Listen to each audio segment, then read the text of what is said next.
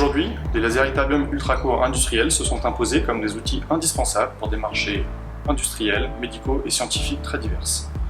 Après 20 ans d'un développement soutenu, un nombre croissant d'applications nécessite aujourd'hui la production d'impulsions beaucoup plus courtes, comprises entre 100 femtosecondes et quelques cycles optiques, c'est-à-dire quelques femtosecondes.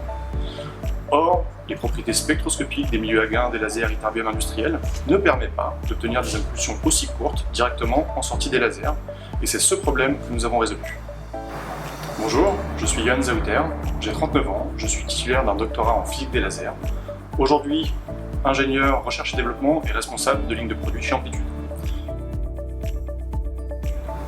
Je vais vous présenter notre nouveau produit appelé Compress. Ce module reçoit les impulsions lumineuses de nos lasers femtosecondes industriels et permet justement de raccourcir la durée en 200 femtosecondes et jusqu'à quelques femtosecondes, tout en préservant tous les autres paramètres et pratiquement sans aucune perte.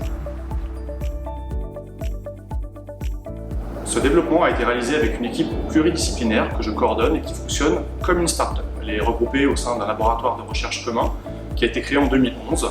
Celui-ci regroupe une dizaine d'ingénieurs et de doctorants d'Amplitude ainsi que des chercheurs du laboratoire Charles Fabry de l'Institut d'Optique. Cette équipe est basée à Palaiseau, dans les locaux de l'Institut d'Optique. Pour raccourcir la durée des impulsions en sortie de nos lasers femtosecondes, nous avons proposé en 2016, dans un article théorique, un nouveau concept de compression non linéaire dans une cellule multipassage. Tout au long des multiples allers-retours dans la cellule, les impulsions interagissent avec un milieu non linéaire, dans notre cas un gaz atomique, ce qui produit un élargissement spectral par automodulation de phase. Et Fourier nous dit bien qu'avec un spectre plus large, on peut obtenir des impulsions plus courtes. Les propriétés d'homogénéisation et de filtrage de la cellule nous permettent d'obtenir un élargissement spectral d'une très grande pureté et de comprimer les impulsions à quelques dizaines de femtosecondes. Le produit, qui a ensuite été développé, s'est révélé particulièrement robuste et parfaitement adapté aux très fortes puissances moyennes délivrées par nos lasers industriels. Compress est compact et permet la compression temporelle avec des efficacités globales proches de 100%.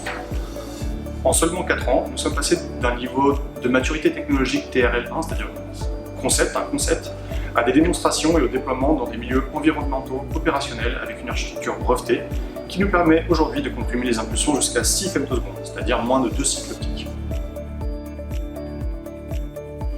Aujourd'hui, les marchés que nous visons avec Compress sont aussi bien industriels que scientifiques. Par exemple, la production de rayonnements cohérents dans la gamme spectrale de l'extrême UV, pour l'inspection des masques pour la lithographie de semi-conducteurs à 13 nanomètres et la spectroscopie de photoémission.